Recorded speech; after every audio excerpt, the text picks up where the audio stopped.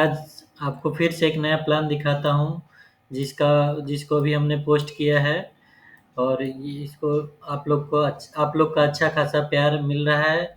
इनके प्लॉट ये अभय जी का है जो 70 फीट में बना है। इनका प्लॉट का चौड़ाई 19 फीट 8 इंची चौड़ा है और फ्रंट दिशा पश्चिम की ओर है तथा रोड पूरब की ओर भी है। लेकिन पूरब की रोड से इनको डिजाइन कुछ नहीं देना था। जो भी डिजाइन या आने जाने का रास्ता अधिकतर पश्चिम साइड से ही रखना था। तो यही है 19 फीट 8 इंची गुने 51 फीट में प्लॉट बना है। यहाँ से हमने गैरेज दिया था गाड़ी एंट्री के लिए। हालांकि इन्होंने गैरेज की जगह कॉमर्शियल पर्पस यूज कर लिया है और सीढ़ी के नीचे से भी एंट्री करने के लिए, ताकि किसी को गैरेज में जाकर के ऊपर ना चढ़ना पड़े, इसलिए सीढ़ी के नीचे से एंट्री करके सेपरेट सेपरेट हर फ्लोर पे फ्लैट में जाते रहेंगे। तो ये हमने इनका G+3 का एलिवेशन बना के दिया था, ग्राउंड प्लस 3। हालांकि ये G+4 बना चुके हैं, G+3 तक ये डिजाइन है, फोर्थ डिजाइन छोड़ दिए और फिफ्थ में ये किए हैं। जैसा कि आप ये फोटो में देख सकते हैं, ये हमने एक्सटीरियर डिजाइन इनका करके दिया था और ये इनका मकान बन चुका है। तो G+ ग्राउंड में शटर लग चुका है जैसा देख रहे हैं, और फर्स्ट सेकंड थर्ड का जो मेरा डिजाइन है वो किया गया, फोर्थ पे खाली रख दिए और फिफ्थ पे ये किए। अच्छा ही लग रहा है।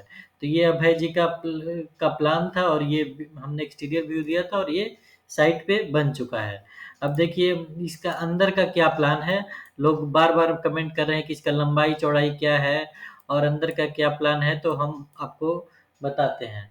ये देखिए 19 फीट 8 इंच चौड़ा हुआ, फ्रंट पश्चिम दिशा हुआ। दोस्तों मैं अपना ही फोटो लगा देता हूँ साइट पे, जिस स्थिति में इसी अनुसार इसी तरह बैग लेकर मैं साइट पे जाता हूँ तो एक फ़ोटो क्लिक करके ये ऊपर नीचे पेस्ट कर दिया था। तो ये है 19 फीट 8 इंच इंटू 51 फीट लंबा ज़मीन है।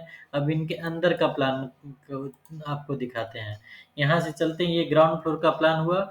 ये हमने दिया था यहाँ पे सीढ़ी के नीचे से एंट्री करके लोग पहले तो प्लॉट का समझिए 19 फीट 8 इंची चौड़ा और 51 फीट लंबा है। लंबाई और चौड़ाई पेपर में तो दोस्तों लिखा हुआ बराबर है, लेकिन जमीन का स्थिति देख सकते हैं। ये कॉर्नर एकदम आगे चला आया है और ये कॉर्नर एकदम खत्म हो गया और ये पीछे ज्यादा छूट रहा है। तो इनका लेआउट करना भी थोड़ा मुश्किल था, क्योंकि हमने पहले नापी नहीं किया था। इनका लंबाई चौड़ाई के अनुसार मैं बना दिया था, लेकिन ये था जमीन बहुत ही तिरछा, इसीलिए लंबाई चौड़ाई पेपर पे सही है लेकिन जमीन बहुत तिरछा था। अब देखिए यहाँ से सीढ़ी के नीचे से ग्राउंड फ्लोर पे चढ़ेंगे, जिसको हमने ये सोच के नीचे गैरेज बनाया था कि जिसको गैरेज में जाना हो गैरेज में जाए। इनको सिंगल ही गैरेज चाहिए था। पीछे ये अपना प्रिंटर शॉप पटना में ओपन किए हुए हैं, तो कुछ यूज कर लें, तो इसलिए बनाए थे गोडाउन टाइप का। और ये गैरेज दिए थे और सीढ़ी के नीचे से जाकर के ऊपर हल फ्लोर पर चढ़ रहा है। तो इन्होंने हालांकि इस गैरेज को भी खत्म करके यहाँ पे अपना शॉप टाइप कर लिया है, दुकान दे दिया है। तो ये है ग्राउंड फ्लोर पे पूरा ही हॉल दिया गया था और 19 फीट 8 इंची के बीच में एक भी कॉलम स्पैन नहीं दिया गया था। दोनों तरफ अच्छा खासा स्ट्रक्चर डिजाइन करके ये बनाया गया था।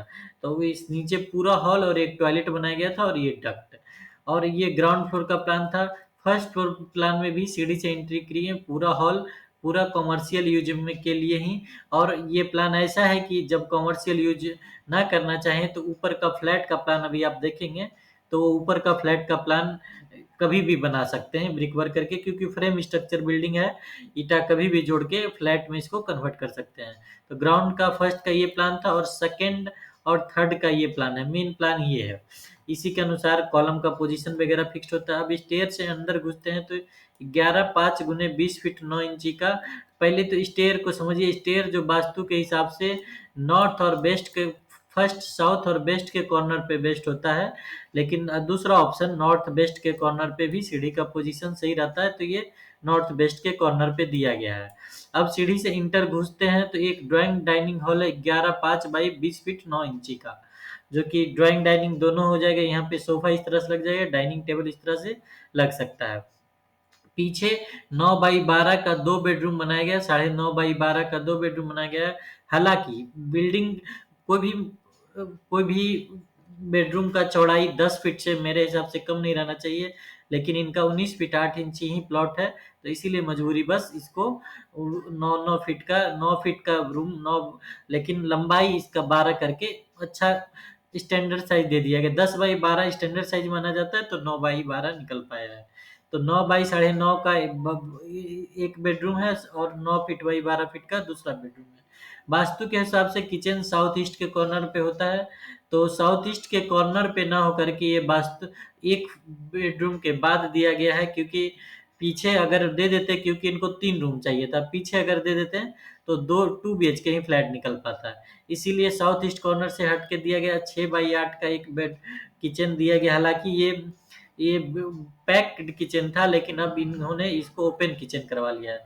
किचन के बगल में बेसिन है कि डाइनिंग के बगल में कोई भी हाथ वगैरह धोने के लिए या फिर कोलगेट ब्रश करने के लिए बाहर किसी को टॉयलेट में ना घुसना पड़े डाइनिंग एरिया में। एक और यहीं पे यहाँ पे विंडो का पोजीशन नहीं दिया हुआ, हालांकि यहाँ पे विंडो रहेगा तभी तो ड्राइंग डाइनिंग हॉल में वेंटिलेशन हो पाएगा। तो 3 बाई 5.5 का एक डक्ट दिया गया है। एक डक्ट है, लेकिन इसके बहुत सारे काम हैं। इसी से किचन का पाइपलाइन, टॉयलेट का पाइपलाइन, ड्राइंग डाइनिंग हॉल का वेंटिलेशन, किचन का वेंटिलेशन, टॉयलेट का वेंटिलेशन सब इसी से होगा। हालांकि इससे बेहतर होता है कि 2 फीट 3 फीट जमीन छोड़कर मकान बनाना, लेकिन पहले जमीन तो छोड़ नहीं सकते हैं, पटना का जमीन बहुत महंगा होता है, और प्लस एरिया भी इनका कम जाता है, एरिया भी उतना नहीं था, इसीलिए डक्ट वाले सिस्टम से चले हैं। इस ये भी अच्छा खासा बड़ा डक्ट है। डक्ट मीन्स होता है कि वहाँ पे छत नहीं ढलेगा, हर फ्लोर पे खुला रहेगा, जिससे ऊपर से कुछ एयर वगैरह आएंगे और लाइट्स आएगी, और उससे पाइपलाइन भी चला जाएगा। तो ये 7 बाई 4 3 का एक कॉमन टॉयलेट दिया गया है, और इस 7 बाई 4 3 का एक अटैच टॉयलेट दिया गया है, जो कि आगे का बेडरूम का साइज अच्छा खासा बड़ा है, 11 बाई 12 मान लीजिए लगभग, और 4 फीट का फ्रंट में बालकनी है, जिसपे हमने वो एक्सटीरियर डिजाइन किया है। तो यही है सेकेंड फ्लोर का प्लान। सीढ़ी से इंटर करने के बाद drawing dining hall, 2 bedroom kitchen और 2 टॉयलेट, एक कॉमन टॉयलेट एक अटैच टॉयलेट। एक क्वेश्चन ये भी हो सकता है कि ये टॉयलेट इधर है तो इसका वेंटिलेशन कैसे होगा, तो इसका क्वेश्चन का आंसर है कि इस ब्रिक को लगभग 7 फीट 7.5 फीट खड़ा करेंगे, और एग्जॉस्ट से इस डक्ट की तरफ इसका वेंटिलेशन करेंगे। तो यही सेकेंड फ्लोर का प्लान बनाए थे। सेकेंड और थर्ड फ्लोर का प्लान इन्होंने एक फ्लोर और बढ़ा लिया, तो यही थर्ड फ्लोर वाला प्लान फोर्थ फ्लोर पे भी चला गया। और यही अंदर का प्लान है 19 फीट 8 इंच में। एक 3 रूम, पीछे 2 रूम, एक 3 room, 3 room drawing dining hall, एक अटैच टॉयलेट, एक कॉमन टॉयलेट और किचन, ये दिया गया है। और सब वास्तु के अनुसार से है। हालांकि 100% नहीं कर सकते हैं, लेकिन 90% वास्तु के हिसाब से। पूजा रूम इधर नहीं निकल पा रहा था, तो एक पूजा का अलमीरा नॉर्थ ईस्ट कॉर्नर पे बना दिया गया है। तो यही है इनका अभय जी का प्लान, जो कि हमने किया था, और इसका एक्सटीरियर व्यू हमने ये डिजाइन किया था, और ये साइट पे अब बन चुका है।